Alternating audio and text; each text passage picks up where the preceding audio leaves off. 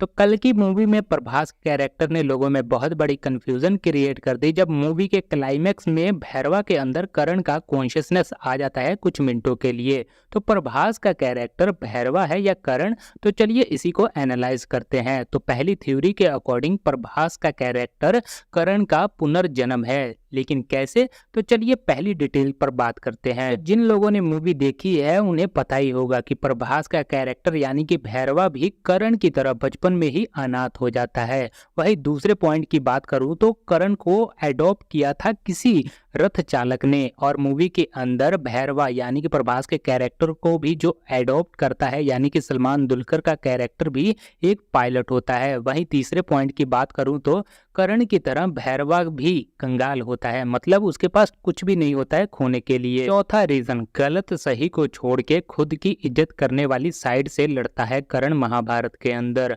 और मूवी के अंदर भी भैरवा को भी लगता है कि कॉम्प्लेक्स पहुंच जाने पर सब उसकी इज्जत करेंगे, इसलिए वो कॉम्प्लेक्स पहुंचने के लिए कॉम्प्लेक्स वाले की साइड से लड़ता है। पांचवा रीजन, महाभारत के अंदर करण कवच कुंडल पहन के रखता है हमेशा, उसी की तरह कल की मूवी के अंदर भी भैरवा का कैरेक्टर एक सूट पहन के रखता है पूरी मूवी के दौरान। और कुछ लोगों का मानना भी है कि कल की मूवी के अंदर बुच्ची भी भैरवा का कवच के रूप में काम करता है। आखिरी में हम देख सकते हैं जब वो ट्रांसफॉर्मर यानी कि डॉगी का रूप ले लेता है और भैरवा उसके अंदर होता है। वहीं छठे रीजन की बात करें तो ऐसे रूमर्स आ रहे हैं कि सलमान दुलकर का कैरेक्टर परशुराम का कैरेक्टर होने वाला है, और जैसे कि हम जानते हैं कि परशुराम 7 चिरंजीवियों में से एक होते हैं, इसलिए जब भैरवा छोटे से बड़ा हो जाता है फिर भी सलमान दुलकर के कैरेक्टर की एज थोड़ी भी नहीं बढ़ती है। आप उनकी शक्ल से देख सकते हो करण को परशुराम ने ट्रेंड किया था, और कल की मूवी में पायलट यानी कि सलमान दुलकर ने ही भैरवा को ट्रेंड करता है जो परशुराम माने जा रहे हैं। और जैसे कि हम जानते हैं कि महाभारत के अंदर करण को ट्रेंड करने वाले और कोई नहीं बल्कि परशुराम ही होते हैं। वहीं सातवें रीजन की बात करें तो हम जानते हैं कि करण को सूत पुत्र यानी कि सूर्य का पुत्र भी कहा जाता है, और कल की मूवी के अंदर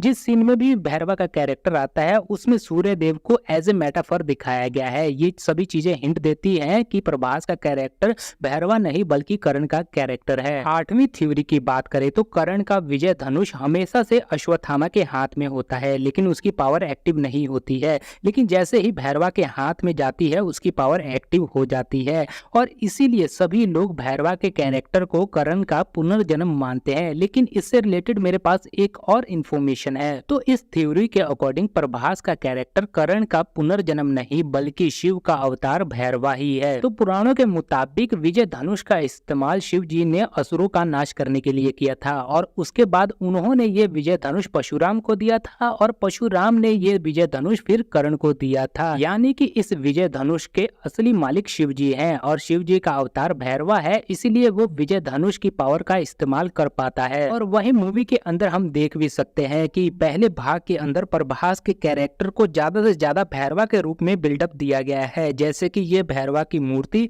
और वहीं उसे काशी का रक्षक भी कहा जाना। और मैं अपनी आखिरी थ्योरी की बात करूं तो इस छड़ी की हेल्प से भैरवा के शरीर में करण की सिर्फ आत्मा ही आती है। जैसे कि हम जानते हैं कि अश्वत्थामा ने महाभारत के युद्ध के दौरान ब्रह्मास्त्र को एक गर्भवती महिला पर चला दिया था, जिसके बाद श्री कृष्ण ने उन्हें श्राप दे दिया था, और मूवी के डायरेक्टर ने अश्वत्थामा को एक गर्भवती महिला की रक्षा करवा के उनके पापों का प्रायश्चित करने का मौका दिया है। इसी तरह फिल्मी लिबर्टी लेते हुए मूवी के डायरेक्टर ने करण के साथ भी किया है। तो जैसे कि भारी सभा के अंदर द्रौपदी को बालों से पकड़कर घसीटा जा रहा था, तो इस सभा में करण भी मौजूद था, लेकिन उसने कुछ नहीं किया था, जिसके चलते वो भी पाप का भागीदार बन गया था।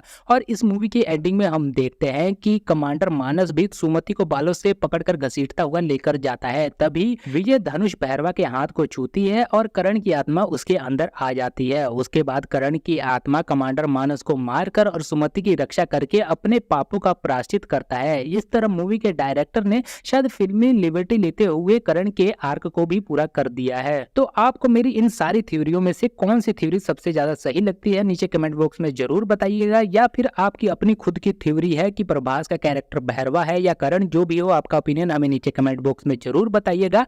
और ऐसी वीडियो देखने के लिए चैनल को सब्सक्राइब कर लीजिएगा। मिलते हैं अगले वीडियो में, तब तक के लिए जय हिंद, वंदे मातरम।